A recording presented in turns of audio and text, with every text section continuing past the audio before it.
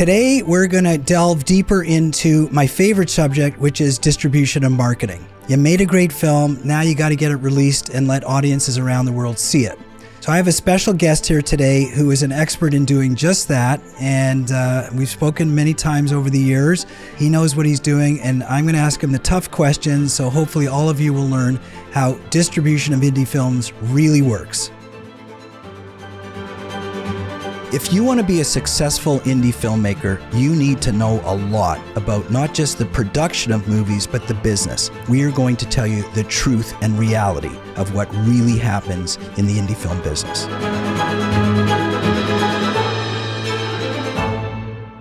Hi everybody, welcome back to Indie Filmmaking, Truth and Reality. I'm your host, Jeff Deverett. Today I have a friend and a colleague and somebody who has agreed to talk to me many times before. This is Jack Sheehan, and he is the president of Archstone Distribution. Been in the business a long time, knows how indie filmmaking and distribution really works, and I get to ask him the tough questions. So Jack, if you want to introduce yourself, tell us sort of your background. Sure. Thanks so much for having me, Jeff. Congrats on the new podcast. Very excited to have this on the air and able to teach people about filmmaking, have some war stories and horror stories as well as success stories and, all the good, bad, and the ugly on this crazy business we all chose. I'm Jack Sheehan, president of Archstone. I've been at the company for about 6 years. I've done about a decade of film industry work before that, so about 15, 16 years total. Started my background as a student at USC, interning for Sony and Universal and a couple other studios, then going into the agency world, starting in the mailroom, doing the agent trainee program at WME, working for a few motion picture agents there, and then deciding I wanted to go more into the actual production and financing and creation of films, more so than representation. So left the agency, went into a few different film sales and production companies, and still doing that, heading to the Cannes Film Festival in a couple weeks, going to AFM and Berlin and a lot of the other festivals on a yearly basis, and trying to find great films from filmmakers who need representation and distribution, anything from early stage where there's some cast or financing putting together all the way up through finished films that need distribution, as well as producing our own films. We were in post-production on our latest action movie that we're going to be premiering in Cannes and distributing later this year. We're making 1 or 2 movies a year on our own as well, with boots on the ground production as well as sales and distribution. So wearing a lot of different hats in the indie film space. Nice. Okay, I want to just debunk one thing before we get into what I really want to talk about. You said worked in the mailroom at WME. One of my students recently graduated and said, I'm going to try to get a job in the mailroom at WME. And I said, is that actually a thing? Is there like a mail? Who has a mailroom anymore? Is that like real? Yeah, it's a great question. Physical mail is less and less used and common. They still have mail rooms as basically a training program or kind of an entry-level job. In my time when I started there in 2010, I don't know if they still do this, but we literally pushed around a physical mail cart with different folders for each agent and would drop off mail. But for real or just to make it look like we could call it the mailroom? For real, but at that point, I mean, email was already the common practice. So I would say 80-90% of communication was digital and 10% was physical. So now, 15 years later, if they do any physical mail stuff, they probably do a little bit more as just kind of a traditional thing, but most of the communication is digital. So I'd actually love, you should interview a mailroom person that currently works at one of the agencies, because I'd be curious how much it's changed in that time. I bet a lot, because so much is digital now and so much work is remote now, and there's so much that can be done with AI and online programs that physical mail is definitely not the way it was. But the heyday of the agencies back like decades prior to me, it was driving around, town delivering mail physically to clients. We know where that came from. Yeah, for sure. Yeah, I just don't think it's real. It's now called the Amazon UPS room. Yeah, exactly. But whatever. Okay. So Jack, I'm going to call you an industry expert we're focused on independent film. Yeah. And so you're an industry expert on indie films. That's what you guys focus on at Archstone. I mean, obviously, the bigger the better. It's easier to sell bigger name, higher quality films, but those are far and few between. So you have to make a living off of finding good entertaining, low budget indie films. And when I say low budget, for you, it's probably 5 million and less. For me, my audience is like $1 million or less.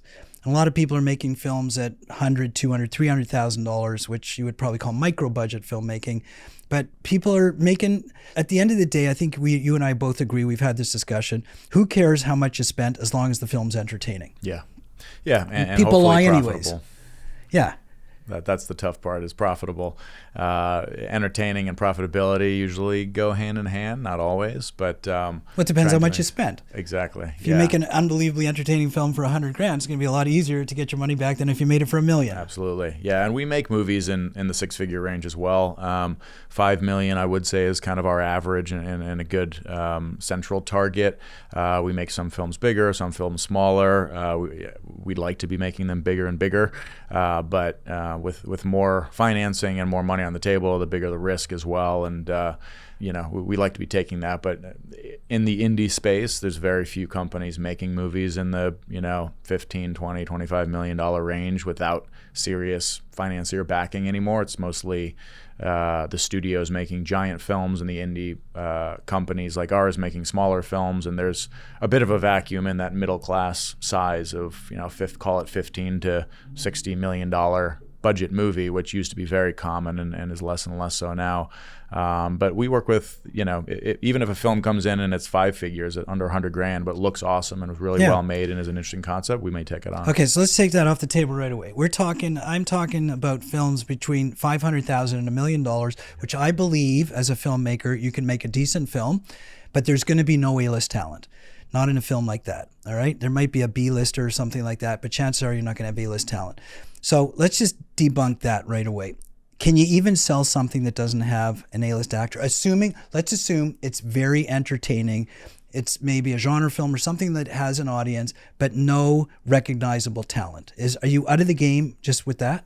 You can absolutely sell those. Name talent is important. It's probably the biggest factor in selling films because audiences want to see someone they recognize. Buyers feel more comfortable if they're betting on that because this actor has had success in the past and it has some level of fame, and they know that their audiences will be more likely to click and download and stream or buy a box office ticket to go see that actor. But you can absolutely sell movies without name talent, even without B-level name talent. Let's say it's a bunch of no names, but it's an action movie, which is usually the most sellable genre, or a great horror film, or a great thriller, something that's a little more fast-paced, something that can translate easier to foreign audiences and not require, the cultural nuance of maybe a comedy or a romance or a drama might require a little bit more of tapping into the heartstrings of that local audience. When it comes to something that's more genre, like an action or a fantasy or a sci-fi horror or thriller, it's a little easier to sell. So if that's really done well, you don't need cast. Okay. You can sell those. And I'm going to say it's hard to do those well at a very low budget because you need some explosions and gunshots and all this kind of stuff. And you want to get that right, because if you don't get it right, you're kind of wasting your time. Yeah. Cheaply done action will show. It's pretty obvious. That's why you see a lot of horror films being made in the indie space. You can make a good horror movie with a low budget because it's all about the scares and about a suspenseful story. And if you have a good makeup artist or a little bit of creature effects or just a well-told suspenseful, scary story with decent actors, you can sell that. But there's a lot of those being made as well. So picking the special ones is hard. It's a diamond in the rough. Before we get, I really want to talk about distribution, but before we get into that, let's just talk a little bit about filmmaking. Are you seeing a lot of the use of AI in these low budget indie films yet, or what are you seeing? A little bit. I'm starting to actually get pitched entire AI created movies. There's a few in the marketplace now, some of which we've had direct conversations with the filmmakers, and others we're considering taking on that are fully made with AI. And as you may see on social media and on YouTube and a lot of these kind of trailers and even some like live commercials, like you saw that Toys R Us commercial, there's the Coca-Cola commercial, there's a lot that have been made with AI. And the quality is getting better and better. I don't think it's gotten to a point yet where you can have believable human interactions. There's still that uncanny valley. It still feels like they're video game characters. It doesn't feel super authentic. And I don't think that's right around the corner, though I think it will be maybe in the next year or two. But for VFX on a big action or a big fantasy or, even a horror space movie, horror, if it's a non-human creature or it's some kind of like big set piece, a rocket ship shooting through space, a big action sequence, AI is pretty believable with that, and you can do it for pennies on the dollar compared to what you would normally have to in a live set. So I am getting pitched projects that look great and look pretty big and look even theatrical that are made mostly with AI, and a way to separate those sometimes is bringing in an actor, whether it's A-list or B-list or whatever they can afford. Since there's so much savings with the below the line production, you will have a little bit more money, hopefully, to be able to pay an actor to come in and do a little bit of work. And maybe you have some live action background scenes, blended into it, or you do a voiceover or have a narration, or just do kind of like a couple days of ADR work with an actor to add that person to the poster and the marketing material, which just to kind of elevate it beyond a purely AI movie. That I think is still necessary to separate, but it's a whole new world. It's a wild west, and I haven't taken one on fully because I don't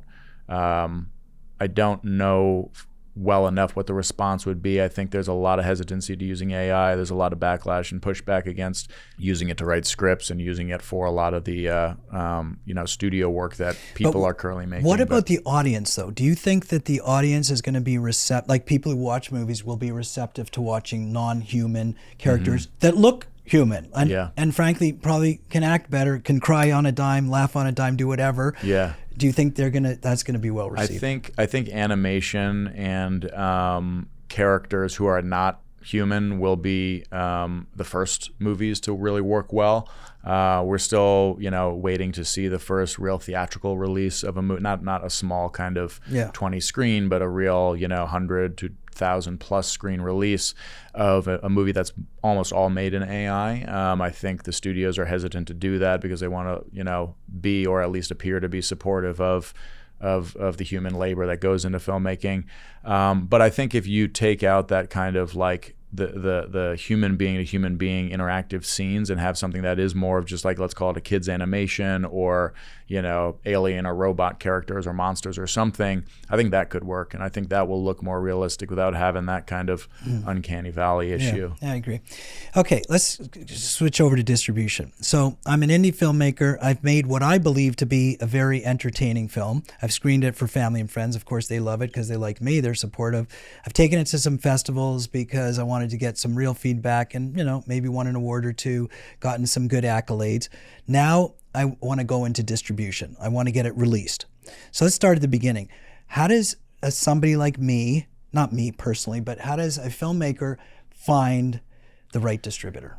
There's a lot of different ways, and I think that speaking from my experience, the world I know is through the lens of a sales agent, and partnering with a sales agent can be really useful. Are there ways to do it without having that? Of course, but I think when you partner up with a sales agent like what I do, we have those relationships. We know the 50 plus distribution studios from the big 6 or 7 studios and platforms all the way down to the aggregators and the small digital distributors. That's a great place to start, is to share it with some sales agents who know those people and can help you negotiate deals. And of course, they're going to want, to be paid as well. So there is, adding in that element of you'll have to kind of weigh your choices. If you're a first-time filmmaker and don't know anybody in the distribution space, I think it's worth paying somebody to come represent you and giving them a piece of the success. And we never charge filmmakers out of pocket. It's always a commission off of the work we do. I would tell any filmmaker to be really hesitant to proceed with anybody who's asking for them to pay them to represent them. I think it should always be commission based. So that's one great way to go. Can you just explain to the listeners the difference between a sales agent and a distributor the way you're talking about it? Sure. A distributor is the company that puts the movie out, that actually handles the theatrical, digital, TV, DVD, all the actual releasing of the film to the audience in their territory. Sales agent is the company or person who helps broker that deal, who helps present the film to those distributors, helps find the right partner to distribute it. And some sales agents like us at Archstone are also distributors. We do both. Sometimes we'll release a film in North America through digital and TV and physical, and partner with other partners of ours to do a theatrical release. And other times we'll sell it to another distributor who we think is a better fit or can do bigger things for that specific film. Okay. So now a filmmaker has to figure out, do they use an agent or a distributor? Would agent be easier to access than a distributor? Is that why they would use an agent? Because like you said, they're going to pay an extra level of commission. So I'm just going to use numbers. You can verify if you want. So let's say an agent's going to take 20%, a distributor's going to take 30%, more or less. And so you have another layer of distribution cost, commission, but you think that's worth it? And I think it definitely can be worth it, and the 20% that the agent takes is off of the net. So rather than, in your example, adding 30 and 20 to get to 50, it would actually be. Well, I didn't say 50 because I know. Yeah, it'd be 20%. If $1 million comes in and the distributor takes 30, that's 300,000. Yeah. Then the agent's going to take 20% off the 700,000, the remaining seven. Yep. Yeah. So it's a little more palatable for a filmmaker to think of it that way. Not a lot, a little, yeah. But it's 6% more palatable. It's 20% of 30%. Yeah. 6% more palatable. Exactly. To answer your question on whether it's worth bringing on a sales agent, I think it depends on your level of your network into the distributors. If you, as a filmmaker, have done, like you've made a lot of films yourself, if you've been doing this for, 10, 15, 20 plus years, and you have a bunch of films made and you've worked with a lot of the distributors, that means something. You probably have a relationship with them already. Sometimes it makes sense to just go directly to them. Sales agents, like, their full-time job is to leave no stone unturned and find out who the distributors are, the old, the new, who the right people are at those companies, because there's a lot of turnover, more now than ever in the industry. So it's a helpful guide to take you, especially if you are newer to this and don't have a lot of relationships. I personally have probably 100 different distributors and the contact at those companies that I could go to with any film. And I'm always finding new ones as well as new companies start. If you just want kind of a better connector and relationship and more guidance on not just getting it in the hands of the right people to review it, but also how it's presented, right, how we can help, guide the creation of the poster and trailer and other marketing material, whether it makes sense to screen it at a festival, to help you get into other festivals, to present it properly at a market like Cannes or Berlin or AFM, and also to negotiate the deal for you. Part of what I do is help filmmakers find or get the best terms and the best bang for their buck in the deal with the distributor. If a first-time filmmaker is going straight to the distributor, they're probably not going to know even what points to negotiate or where the space is. So I try to actually give my clients, the filmmakers, more money back in their pocket, even including my commission, because of the deals I'm getting them. So, when you do a distribution deal on behalf of the filmmaker, are the two parties to the distribution deal the distributor and the filmmaker? You're not a party to it? We are a party to it. Yeah, the sales agent. No, but so the filmmaker gives the rights to you, you give the rights to the distributor, so it comes back that way. Yeah. Okay, so you're going to do a deal on behalf of the filmmaker, but it's going to be with you and the distributor. That's right, exactly. Okay, on behalf of them. That's right. Okay, so I'm just getting a little technical legally. But there's a lot of agents. Like you said, you might know 100 distributors. There's got to be 500 agents out there. How does somebody who's a newbie, first film, very excited about being a filmmaker in their film, and you know how much time and effort and passion they put into it, but knows pretty well nothing about how films get sold, as you know, you see them all the time. Yeah. How do they, one, even find those agents, and then two, choose the right one? There may be 500 agents. I think there's only 20 that really matter. That you know that because you're one of them. Exactly. How would I know that? I think you should start by doing the research of looking at the trades, Variety, Deadline, Hollywood Reporter, IndieWire, Screen Daily, reading every article you can in the last couple of years about films that have been released and sold, especially around the times of the markets, when you have Berlin in February, Cannes in May, AFM in November, Toronto in September, and a bunch of others in between. Those are the big ones that a lot of press releases will be coming out through those trades around that time. Check out both current releases and over the last few years. If there's films that you think your film is similar to in scope, size, genre, budget, maybe even the actors in it, take a look at what's worked and what hasn't worked, and try to, a lot of times those press releases will have been put out by the sales agents. You can see their names mentioned in there, using sites like IMDb, Sonando, Studio System, the numbers, just doing a ton of research into, okay, if you start seeing the same sales agent name listed on a few of these films, they're one to call. So again, I think most of the films in this kind of size in this indie world are usually handled by the same 20, give or take, sales agents. If you're seeing announcements of movies that are big and interesting enough to hit the radar of a Deadline or Hollywood Reporter, Variety, etc., that means they've been filtered through like the super micro, small movies that are going to be hard to see the light of day. That's gotten people's attention, and they're being represented by real companies that that are worth reaching out to. Okay, so let's say I get a hold of a list that has these 20 so-called real players, right? Yeah. There's still 20 of them on there. How do I choose? Like, you're a nice guy, you're experienced, but so is everybody else. Yeah. How do I choose? What am I looking for as a filmmaker? I'd look at their past history, look at how long have they been in the business. Sometimes the longer the better, because it proves that they know what they're doing, they have experience, they have the relationships, and they have a lot of enough more good deals than bad deals, because they've somehow stayed in business and building relationships further. If they're a newer company, maybe they have some new financing, or they have some kind of relationship or something that gives them an edge. Maybe they can pay you to represent your film. A lot of times that happens, and we do it as well. It's called minimum guarantees, where you put up money to represent the movie because it's that valuable and you think you're going to get a profit back in representing it. So if there's companies that maybe have come across some money or just started and they can pay you to represent the film, great. Meet with as many of those buyers as you can and try to get the best deal for your project. Maybe you can even start paying some of your investors back before you even take it out to the market. But I would just have as many interviews as you can. Reach out to the 6 or 10 that you think are the most relative to what you're looking for, or have represented the same kind of films and hopefully had success with those. Look at the box office, where the films were released theatrically, and did they turn a profit? If they weren't released theatrically, find out whatever digital VOD numbers you can, see if they made sense. If the movies look like success stories, both in terms of creative and reviews and Rotten Tomatoes and things like that, as well as financially, you'll never know for sure the whole backstory financially, but put the pieces together as much as you can through online sources.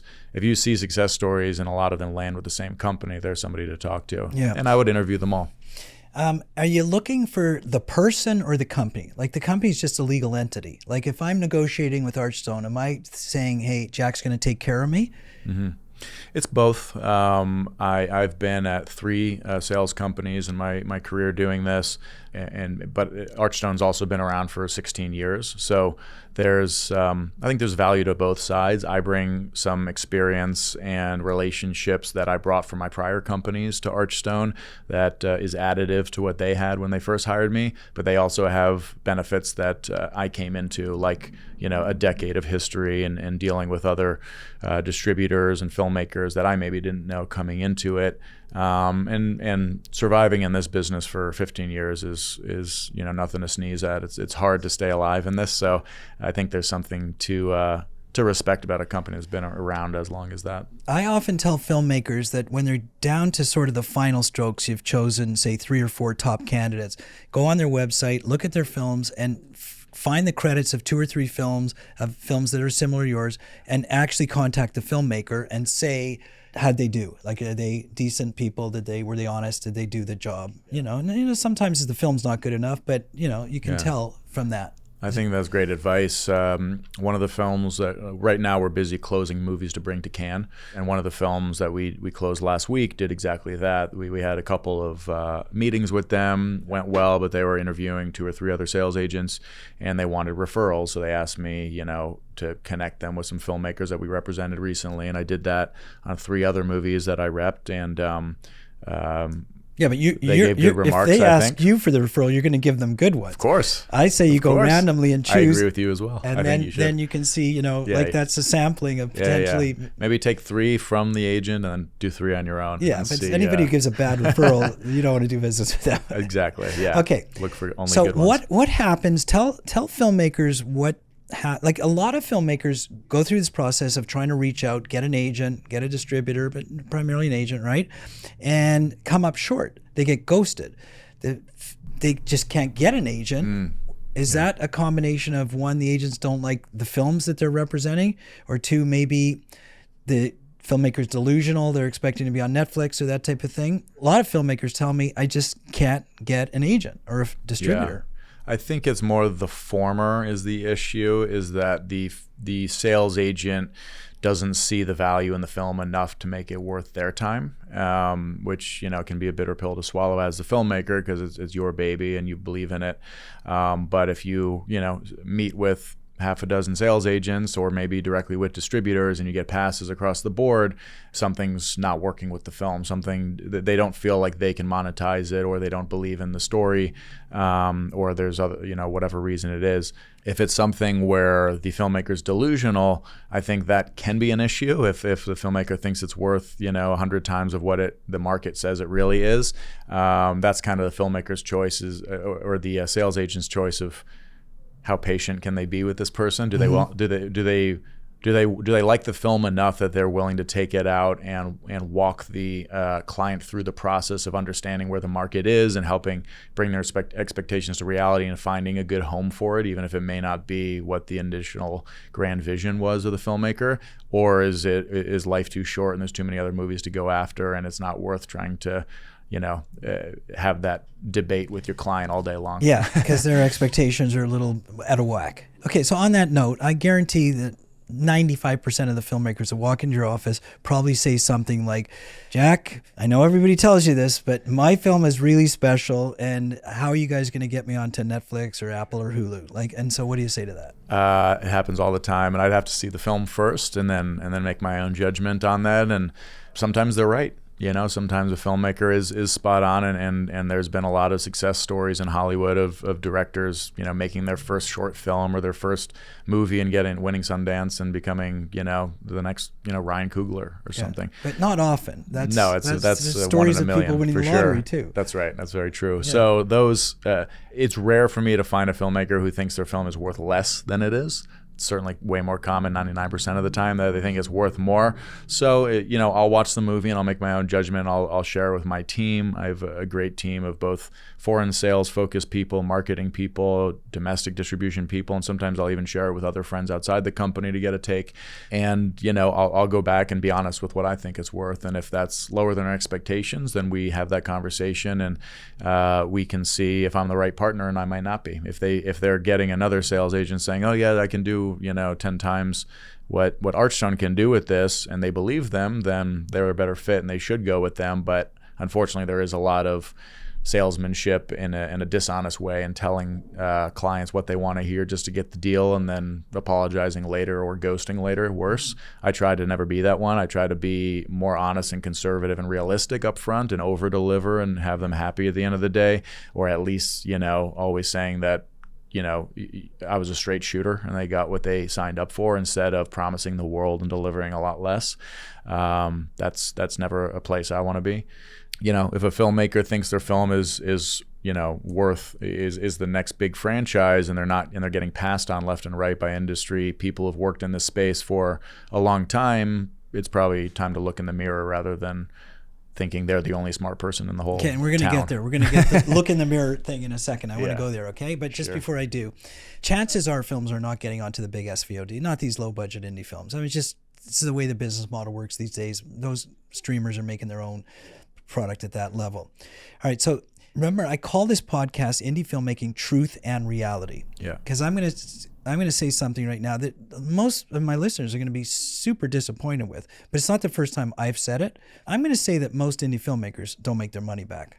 That's certainly not on their first or second films. Maybe once down the road they realize what to spend and all that, but they're not making their money back because they're not getting a big SVOD sale anymore. AVOD is very, very hard. It's like tens of thousands, if not hundreds of thousands of transactions in order to make your money back there. Transactional is marginal at best. So I'm saying that most indie films probably won't make their money back. And the reason that filmmakers do it is because they want to be that anomaly that basically wins the lottery. That's the dream. It's the dream scenario. Am I wrong? No, you're not wrong. Most indie films don't make their money back. Frankly, most studio films don't make their money back either. You look at like Snow White, one of the biggest franchises ever, just bombed and is probably going to take a long time to make its money back once it's finally on Disney Plus and gets a lot of streams. But on the indie side, it's even harder. Let me stop. An indie filmmaker makes one film. It's make or break. If they don't make their money back, there's a very good chance they're never making another film because it's going to be hard for them to raise financing. A studio, they're just playing the odds. I mean, they're going to make 20 films that year. 5 will be tentpole releases. 1 might hit. 2 might be marginal. One's going to lose money. It's a business. It's a factory. They're hedging their bets across the slate. Okay, so they can spread it across. They can spread the risk across many films. Not an indie filmmaker. That's right. They're kind of one and done. Yeah, and having your first indie film not make a return, not make a good profit, doesn't mean you're out of the business. No. I think it depends on who financed it and what expectations they went in. If they were only looking for a profit, then they're probably not going to invest in your second movie. But if they knew that, this is a fun business, you're creating art, they believed in the story, they wanted it to be told, there could be a lot of non-financial reasons they got involved, and they may want to bet on you again, or they may want you to just keep telling that story. I know you've made films where it's a biopic and that person financed it themselves because they've been, they've made money in other businesses. I've worked with filmmakers who have done that as well. They finance a story that they are passionate about because they want to tell it. And sometimes it works financially and sometimes it finds an audience, sometimes it doesn't. But that person wanted, it was more about getting their story told and seen than it was making a profit. If you're purely in the for-profit business, you kind of do need to hedge your bets across even a small slate of 4 or 5 films like a studio does in a larger sense. That's very hard to do. It's hard to raise financing for one film, let alone multiple. So no, you're not wrong. It's tough. So why, I know the answer. This is a rhetorical question. Why, if it's that tough, why do people keep doing it over and over and over again? This is kind of like people love movies. That's why they love this art form. They love being entertained. Watching them, making them is also fun too. It's the dream. This is a dreamer's businest. It is. It's kind of like wanting to be a professional athlete. Totally. It's one of the sexiest industries out there, and it's a product that almost everyone in the world enjoys watching. There's very few people who just hate movies in general. So you're making something for people to enjoy and to like and to hopefully, appreciate you for making. And it's a fun process to make them too. Yeah, but it can be painful when it's the financial. Absolutely. It's a financial disaster. It's not a great bet financially. Yeah, the reason I'm doing this podcast is to give them a little bit more of an edge to actually change the odds from, say, 0.1% to maybe 5%. Yep. Just give them some tools and stuff to think about. That's the whole point, which leads to my next question. I think it's higher than that. I'd give I'd be a little more optimistic on the percentage. I'd say 25% maybe are that's profitable, good to hear. let's say. Good to hear. Yeah. Yeah. Not that I'm a pessimist. Depends on how big the movie is too, and also how many experienced voices you listen to. I think if you want to make your first movie, like the more people like Jeff, like me, like who've worked in this world, in this business, that you can sit down and talk to and pick their brain and hone your plan before you make the movie, the better off you're going to be, instead of just shooting blind. Okay, so that's exactly, you segued right into where I want to go. You said make your plan before you make the movie. So to me, what I tell all my clients and other filmmakers is the plan is not how you're going to make the movie. The plan is how you're going to sell the movie. That's the plan you got to be making before you make the movie, which is who's the audience it's going to go to, how you're going to market it. Because how many filmmakers walk into your office and say, hey, hallelujah, not only did I make a great movie, but I tucked away $100,000 for marketing and we have some firepower here. How are we going to spend it so we get some attention? Does that ever happen? Sometimes. Most producers spend everything on the production and put it all hopefully on screen and not in people's pockets right off the bat, though there's a lot of that happening too. Keeping an extra budget for marketing is pretty rare, actually. Some do it, and those who do, I think, are smart. If you're able to have, especially, something as large as a 6-figure or in a real, big swing, a 7-figure marketing budget, then you're able to figure out a theatrical plan, do, traditional print and advertising, but a lot of digital campaigns. You can really be smart about using social media, which is can be a cheap but really effective way of tapping audiences and getting attention. So having a marketing budget is great, but very few plan that out ahead of time. Okay, let's say you're a filmmaker, you go through this whole distribution thing, you don't come up with the right distributor, maybe you do, but you don't have the right distribution deal, so you're just not comfortable. Maybe they don't like your film, all right? Let's say distributors don't like your film, so now you're sitting there, you got to make a decision. You either bang your head against the wall, stick your hard drive up in your closet and move on to the next thing in your life, or you say, what else is out there? So here's what else is out there, and you tell me if this is delusional, all right? Great. Now, most filmmakers do not want to do anything but make the film. But I say to filmmakers, go find somebody who's good at marketing if you don't want to do it. Go raise another $50,000 to $100,000. You just spent, say, $600,000 or $700,000 making your film, and you made a good film. Yeah. You made a good film. Put a marketing plan together and execute it and send everybody to either your own website or a transactional streaming platform where you can monetize. You're going to get very, very few people, but even if you get 10,000 people and you really target them with some marketing, which is, classic self-distribution. Yeah. Is that delusional? Honestly. No, I think it's actually very forward thinking, and I think that's the direction a lot of our industry is going to start going. I was involved in producing a show recently called Golden Guy that is about a guy who opens up a restaurant in LA. It's a Mexican-Japanese fusion restaurant. He's inspired by the Golden Guy neighborhood in Tokyo, which is why it's called that. And it's a series that's a 8 to 10 episode series made mostly for digital, for self-release on YouTube.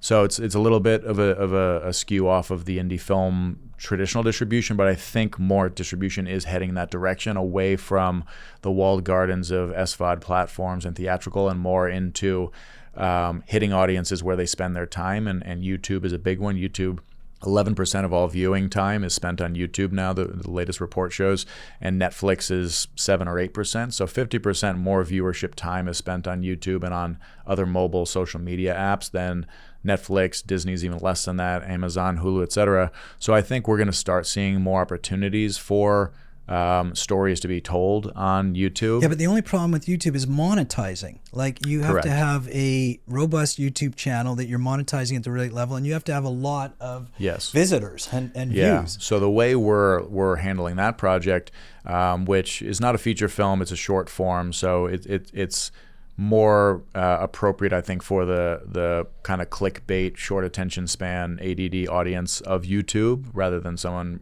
willing to sit through a full feature film, which is usually better on a big screen and when you have some patience.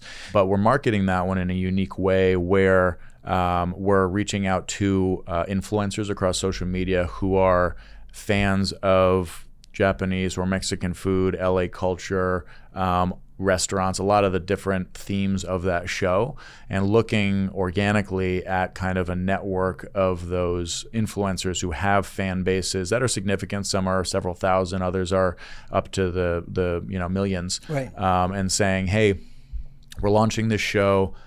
We think your audience would love this. Work with us as a partner. Maybe there's a little bit of payment up front. Otherwise, it may be just a rev share on the ad side. Put it on your YouTube channel, on your social media channels, and work with us to promote this show and actually host it. So I think this is to go to your marketing question, that's part of our marketing and distribution, is hitting the audience where they are today, which is the social media, AVOD, YouTube space, and also marketing through people they already follow and already trust as an influencer or as a leader who's a tastemaker and can say, this is going to be a great show, check this out. Little trickier on the film side because of just the format of being long form. That doesn't play as well on a YouTube or on a mobile app, but I think that's kind of one of the areas where where the future of indie filmmaking is gonna go, is being able to tell stories, whether it's a quicker format or maybe a split up episodic format, tell the same story in a way that hits that young audience that's on a YouTube, for example, and be a little bit more organic with how you market it. I don't think filmmakers are struggling with the storytelling part. I think they're still struggling with the monetizing part. And always have been, by the way. Everybody says, oh, the market's changed. I mean, I started a few years before you did, quite a few, and it's always been a struggle. You know, I mean, the DVD years were good because it was a physical thing, but you know, nobody talks about the return rates and all this kind of stuff. So it's always been a struggle, and I think the major disconnect with indie filmmakers is they're just so focused on making the product and they're not focused on selling it at all and marketing it.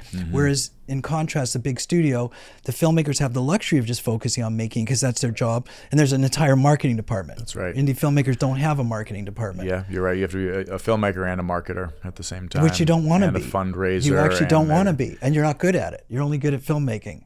Now, in your company and in the indie distribution world, are you guys taking up marketing? Are you doing marketing for filmmakers or other companies? I mean, obviously, you're going to charge it back, or maybe you will. I don't know. How do you treat marketing? We do market as well. We have usually a reimbursable amount that we. Again, we won't take money out of the pocket of any clients, but we'll go and sell the film at these markets, create posters, make trailers, do digital campaigns, do press releases. There's costs to all that, but we'll reimburse ourselves off of what we sell. So that'll be part of the deal we close. So we do that. I have a great partner at Archstone who handles marketing and has a team that she oversees. We have a digital group that whenever we are distributing a film directly in North America ourselves, there's a whole team that handles that, and it'll be largely digital marketing because that's where most of the audience is and most of the ad spend is most beneficial these days across especially Google and Facebook and social media. So we will do marketing, or if we partner with distributors, we'll work with them they'll have their own marketing department and campaign and plans, and we'll be aligned with them and try to be supportive and share marketing materials and go over plans together. Realistically, how many indie films that are made for less than $1 million get a real theatrical release? And I'm talking not 1 or 2 screens. I'm talking, 25 screens or more. And do any of them make money? If it's 25 screens or more, yes, there are a lot of 6-figure movies that do get that. Once you get into the, 700 plus screen count. No, forget that. Millions. But so let's say it's a movie that, it was made for $250,000 and gets there's some of those that are getting 50 screen releases, but I'd say that's probably the max. How are they getting people to come out? There's no stars, there's no names. I mean, what are they doing to do organic marketing to get people to come to pay $15 to watch a movie? Yeah, those movies are usually when they're doing a small theatrical like that, when it's 50 or less screens, it's usually to promote the digital release. It's not to make a profit on the box office. Even if they sold, there are occasions where a movie will sell out and then they'll do a platform release and double the screen count the next weekend, and then it catches fire and becomes, this cultural zeitgeist of a movie and builds a huge box office like that. A lot of award season movies, you see that happening. Like Anora made 90% of its money once it was nominated, and Neon did a $18 million marketing campaign behind it. So that's obviously how many people have $18 million to throw against a marketing very campaign? Few. Yeah. So outside of those, 1 in a million situations, it's mostly to put a film out and say, hey, this is in theaters now. So when we do a digital release, it's categorized as having just been a theatrical movie. It'll get better placement on a lot of the streaming platforms. In demand, that's a strict kind of split between how they position a film and how they market it to their audience, whether or not it's been theatrical. So it's really a marketing positioning thing. It's not so much about making a profit, because most don't make a profit in the theater. There's a cost to the theaters that you have to spend up front that you have to then sit behind. So sometimes I'll advise, a client to go theatrical because I think it's worth it and it's a big enough movie. And other times I'll advise against it. Ultimately, I want to empower them. If it's their dream to have a movie in theaters, I'll support that and put it out there. But it makes sense a lot of times for a smaller film to not do any theatrical and just put it out digitally and not have those tens of thousands of dollars of theatrical spend to sit behind and recoup first. Yeah, I agree with that. Money right off the bat. I could talk to you all day long. I have so many questions on behalf of filmmakers about distribution, but I'm only going to ask you one more because I'm cognizant of the time. A lot of filmmakers say to me, this whole AVOD thing, how do we know, how do we audit, or how can we trust that they do the count right, that they attribute? I mean, there's so many layers that go into how many times it plays, how many ads play, what amount of time played. There's not a possibility that you could ever account for this. Maybe the big studios can because they might do an audit here or there, and they have the resources. Right. But an indie filmmaker, you just have to completely trust every level of distribution. I mean, do you come across that? I think you're right, unfortunately. I think it's very, not only is it hard to audit, it's expensive. You have to pay for that. And if you find in an audit that a distributor has been, lying to you or fudging the numbers, then they'll cover the cost of your audit, but sometimes it's out of your own pocket. Well, that's the distributor, which you have direct contact with. Right. I'm talking about the AVOD platform, like YouTube, for instance. Yeah, I mean, you kind of have to just trust them, which is unfortunately the reality. Is like Google and YouTube are such monsters in the space now. Like I said, they're the biggest streaming. They're the true winner of the streaming wars. They weren't really even considered a contestant. It was Netflix versus Max versus Disney versus Amazon, but YouTube is the winner. That's where the audience is going, and you can find a lot of older films on there for rental. So there's streaming films too, but to audit YouTube, you really have to just kind of trust the numbers they give you, and they could be total BS. Yeah, it's just they're that powerful and that big, and unfortunately, indie filmmakers have to rely on YouTube AVOD revenue. Same thing with Amazon Prime and a lot of these other streaming services. Pluto, all of them. You have to just hope that everybody's sort of honest. And they're getting. And I'm not saying they're not. I'm not saying they're not, but you never will know. Even if they are honest, the split is so in their favor. Sometimes even 99 cents on the dollar, and you get 1 penny for every hour viewed. That's literally the Amazon's split right now. It's not. It's not to advantage filmmakers, unfortunately. It's to advantage the public companies like Google that own them and make a return and keep audiences glued to that platform. And it's a attention economy. Even Ted Sarandos at Netflix said he's competing with TikTok, not Disney. He's competing with sleep. He's competing for your time, not for just movie revenue. Yeah. So interesting. Okay, I'm going to let you take a minute to. I asked you a lot of questions. How do you choose a distributor? How do you choose an agent? How do you know who to go with? Can you pitch my audience, and are you open to receiving new submissions? I know it's a lot of work because there's tens of thousands of them out there. So just you take a second and pitch yourself. Yeah, I'm very open to it. Right now, especially, I'm deep in the weeds. I'm trying to find movies to bring to Cannes. We fly out there in a couple of weeks. We'll be spending a week and a half meeting with 100 distributors from around the world. And now is kind of that crunch time where we're closing deals. We're about to announce a couple of big ones this week that I'm excited about, with some big name cast that I won't spoil the surprise here. But if you check out Variety or Hollywood Reporter this week, you should see Archstone having a couple announcements.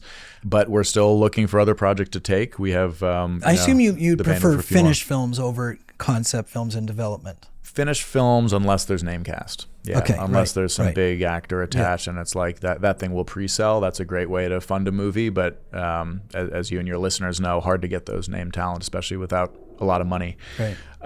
So yes, I'm looking, and I can share my contact info. Go ahead. It's email's best, jack@archstoneent.com. That's JACK at ARCHSTONEENT.com. You know what? I respect that you just did that on a. No, you know how many people won't do that? I mean, I give Probably my email all the time because I want people to contact me. Sure. And you get inundated obviously with a lot of people you don't want to speak to, but Yeah. But the fact that you did that, I'm going to say elevates you to the level where you're saying, I'm not trying to hide. I'm being transparent. Send it to me if I don't like it. I'll let you know, but I want to see it. Yeah. It's no guarantee that I'll take on the movie, but I can guarantee I'll respond to you. I'll tell you yes or no and why. Well, that's more than a lot of other people. All right. And hopefully it's a yes and we work together and get your film seen and both make money and you can make the next one. Exactly.